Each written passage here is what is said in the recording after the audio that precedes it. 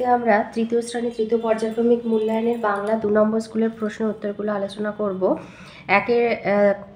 একে দিয়েছে নিচে প্রশ্নগুলির পূর্ণ বাক্যে উত্তর দেয়। এগুলো 1 নম্বরের।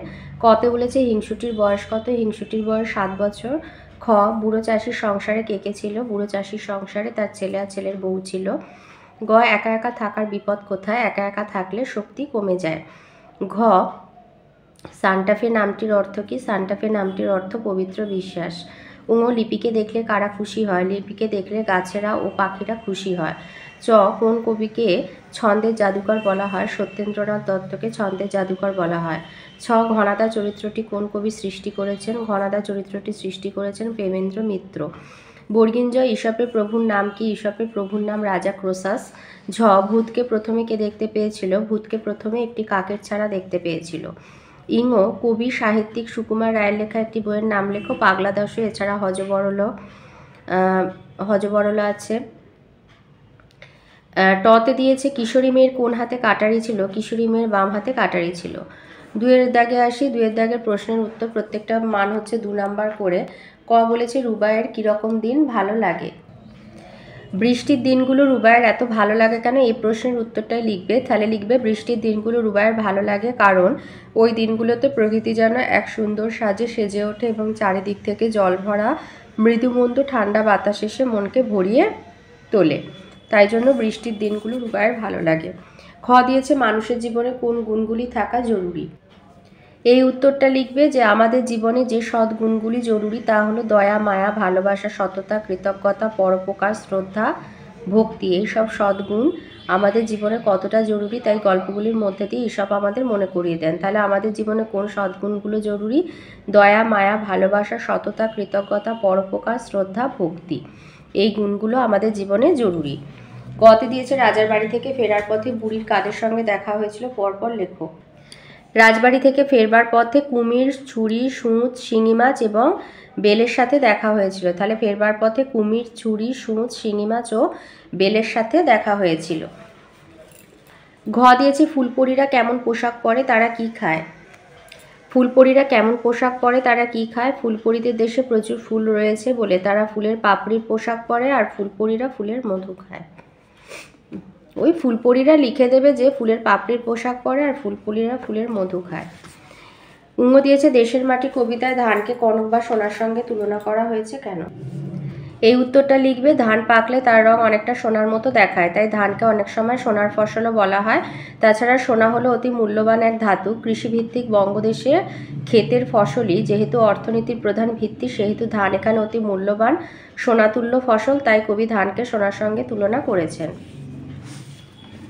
তীরে আছে স্তম্ভ মেলানো। কতে আছে কে র্যা, এটা হবে হর্ষই হুতুম প্যাঁচা। খ পঞ্চতন্ত্র বিষ্ণু শর্মা। গ শৈলেন ঘোষ হবে টুই টুই, এটা ওনার লেখা একটা বই। ঘ রাম হবে হর্ষ 14 বছর বনে গিয়েছিল। অচিন হলো দীর্ঘই দেশ। 4-এ আছে শব্দার্থ। কতে সরাল বকের মতো এক ধরনের পাখি। খ বিদ্যুৎ লতা বিজলি বা লতার মতো দেখতে বিদ্যুৎ। গ পান্তা জল দেয়া ভাত। ঘতে আছে অজ্ঞান অচেতন। এর নাক মানে সাপ আর চয় কৃতদাস মানে কেনা গোলাম। 5-এ আছে বর্ণ বিশ্লেষণ। পারিশ্রমিক তেপান্তর সারাক্ষণ কথাবার্তা। পারিশ্রমিক প যোগ আ যোগ র যোগ হর্ষই যোগ তালবেশ যোগ র যোগ ম যোগ হর্ষই যোগ ক যোগ অ। আর যেগুলো ব্যঞ্জন বর্ণ তাদের তলে হর্ষন্ত দেবে। খতে তেপান্তর ত যোগ এ যোগ প যোগ আ যোগ দন্তান্ন যোগ ত যোগ অ যোগ র যোগ অ। গতে সারাক্ষণ দন্তেশ্বর যোগ আ যোগ র যোগ আ। ক্ষিয়ময়টা ভাঙবে ক যোগ মধ্যাহ্নস্ব যোগ অ করে আর মধ্যাহ্ন যোগ অ। ঘতে কথাবার্তা ক যোগ অ যোগ থ যোগ আ যোগ প যোগ আ যোগ র যোগ ত যোগ আ। কথাবার্তা। এবার 6-এর দাগে আসি। 6-এর দাগে দিয়েছে বাক্য রচনা করতে। 6-তে আছে বাক্য রচনা করা, সমুদ্র ভ্রমণ আর অপরূপ। তো সমুদ্র নিয়ে লিখবে পুরীতে গিয়ে আমি প্রথমবার সমুদ্র দেখেছি। খতে আছে ভ্রমণ, ভ্রমণ হলো শিক্ষার একটি অঙ্গ। গ অপরূপ, বর্ষার অপরূপ প্রাকৃতিক সৌন্দর্য সকলের মন হরণ করে। 7-এর দাগে আসি। 7-এর দাগের কতে বলেছে বর্ণ কাকে বলে? বর্ণ কয় প্রকার ও কি কি? লিখবে বর্ণ ধ্বনি লিখিত রূপকে বর্ণ বলে। বর্ণ 2 প্রকার, স্বরবর্ণ আর ব্যঞ্জন বর্ণ। খতে বলেছে ধ্বনি ও বর্ণের পার্থক্য কি? লিখবে বর্ণের আকার আছে যা চোখে দেখা যায় আর ধ্বনি কানে শোনা যায় মাত্র। গতে দিয়েছে বাক্য কাকে বলে। লিখবে মনের ভাব প্রকাশ করার জন্য কতগুলি অর্থযুক্ত ধ্বনিগুচ্ছ বা ধ্বনি সমূহ পাশাপাশি বসে ভাব প্রকাশের কাজটি সম্পূর্ণ করে এই অর্থযুক্ত ধ্বনিগুচ্ছকে একত্রে বাক্য বলা হয়। উদাহরণ দিয়ে দেবে, আমি প্রতিদিন বিদ্যালয়ে যাই।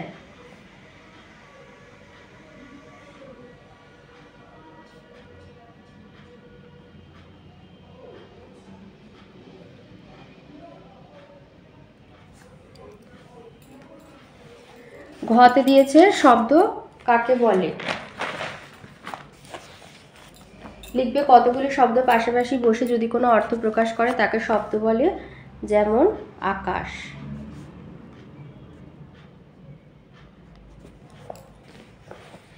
আটে আছে এলোমেলো বর্ণগুলো সাজিয়ে শব্দ তৈরি করো। কতে হবে কাকলি কুজন, খতে বৃষ্টি বাদলা, গতে হবে কাদা খোঁচা। নয় আছে বেমানানটিতে গোল দাগ দাও। এখানে আছে হিংসুটি, মা, মাম্মি, মামা, দিদি, হিংসুটি। খতে শীত বসন্তে হেমন্ত বৈশাখ গ্রীষ্ম, শীত বসন্তে হেমন্ত গ্রীষ্ম এগুলো হচ্ছে ঋতু, বৈশাখ হলো মাস। 10-এ দিয়েছে যে কোনো একটি বিষয়ে অনুচ্ছেদ, আমাদের বিদ্যালয়ে নেতাজি সুভাষচন্দ্র বসু। আমাদের বিদ্যালয়ের নাম এখানে মহামায়া বিদ্যা মন্দির দিয়েছে, তোমাদের যে যার বিদ্যালয়ের নাম দেবে। আমাদের বিদ্যালয়টি আমার খুব প্রিয়, আমি প্রতিদিন সেখানে পড়াশোনা করতে যাই। বিদ্যালয়ে আমি পাই বন্ধুদের ভালোবাসা ও শিক্ষক মহাশয়দের স্নেহ। আমাদের বিদ্যালয়টি বেশ বড়, প্রায় 3 বিঘা জমির ওপর বিদ্যালয়টি স্থাপিত। ভেতরে সুন্দর বাগান, স্কুলের চারধারে বিরাট উঁচু প্রাচীর, প্রাচীরের ধারে ধারে বড় বড় কৃষ্ণচূড়া ফুলের গাছ। বসন্তকালে তাতে যখন ফুল ফোটে তখন বেশ সুন্দর লাগে। শিক্ষক শিক্ষিকাদের সঙ্গে ছাত্রছাত্রীদের সম্পর্ক এখানে বেশ তালবেশ হবে, বেশ মধুর। প্রত্যেকে খুব যত্ন নিয়ে পড়ান। খেলাধুলার জন্য স্কুলের মাঠ আছে, আমরা সেখানে টিফিনে খেলা করি। তাছাড়া আমাদের বিভিন্ন সাংস্কৃতিক অনুষ্ঠান করার জন্য নানা রকমের ব্যবস্থা আছে, বিভিন্ন সময় এখানে নানা অনুষ্ঠান হয়। ওর সাথে দিয়েছে নেতাজি সুভাষচন্দ্র বসু। লিখবে 1897 খ্রিস্টাব্দে 23শে জানুয়ারি ওড়িশার কটক শহরে সুভাষচন্দ্র বসুর জন্ম হয়। পিতা ছিলেন বিখ্যাত আইন ব্যবসায়ী জানকীনাথ বসু, মা প্রভাবতী দেবী। ছেলেবেলা থেকেই তিনি ছিলেন অত্যন্ত মেধাবী। তিনি কটকের মিশনারি স্কুল থেকে পাশ করে কলকাতায় প্রথমে প্রেসিডেন্সি, পরে স্কটিশ চার্চ কলেজে লেখাপড়া করেন। সুভাষের জীবনে তার শিক্ষক বেণীমাধব দাসের অপরিসীম প্রভাব ছিল। কলেজের পড়া শেষ করে তিনি আইসিএস পড়ার জন্য বিলেতে যান, কিন্তু আইসিএস পরীক্ষায় পাশ করেও তিনি ব্রিটিশ সরকারের অধীনে চাকরি না নিয়ে ভারতের স্বাধীনতা আন্দোলনে যোগ দেন। এর ফলে বহুবার তাকে কারারুদ্ধ হতে হয়। তাকে তার বাড়িতেই পুলিশ নজরবন্দি করে রাখে। গৃহবন্দী অবস্থাতেই 1941 খ্রিস্টাব্দে দ্বিতীয় বিশ্বযুদ্ধের সময় তিনি ছদ্মবেশে সেখান থেকে পালিয়ে প্রথমে জার্মানি, পরে জাপানে চলে যান। জাপানে গিয়ে তিনি আজাদ হিন্দ ফৌজ নামে একটি বিশাল সৈন্যদল গঠন করে ইংরেজদের বিরুদ্ধে যুদ্ধ ঘোষণা করেন। আজাদ হিন্দ বাহিনীর সৈন্যরাই তাকে নেতাজি বলে সম্বোধন করতেন। এই বিপ্লবী বীরই ঘোষণা করেছিলেন যে তোমরা আমাকে রক্ত দাও, আমি তোমাদের স্বাধীনতা দেব। তবে এই বীর ভারতের সন্তানের মৃত্যু রহস্য আজও আমাদের কাছে রহস্যই থেকে গেছে। বলা হয় এক বিমান দুর্ঘটনায় তার মৃত্যু হয়েছে।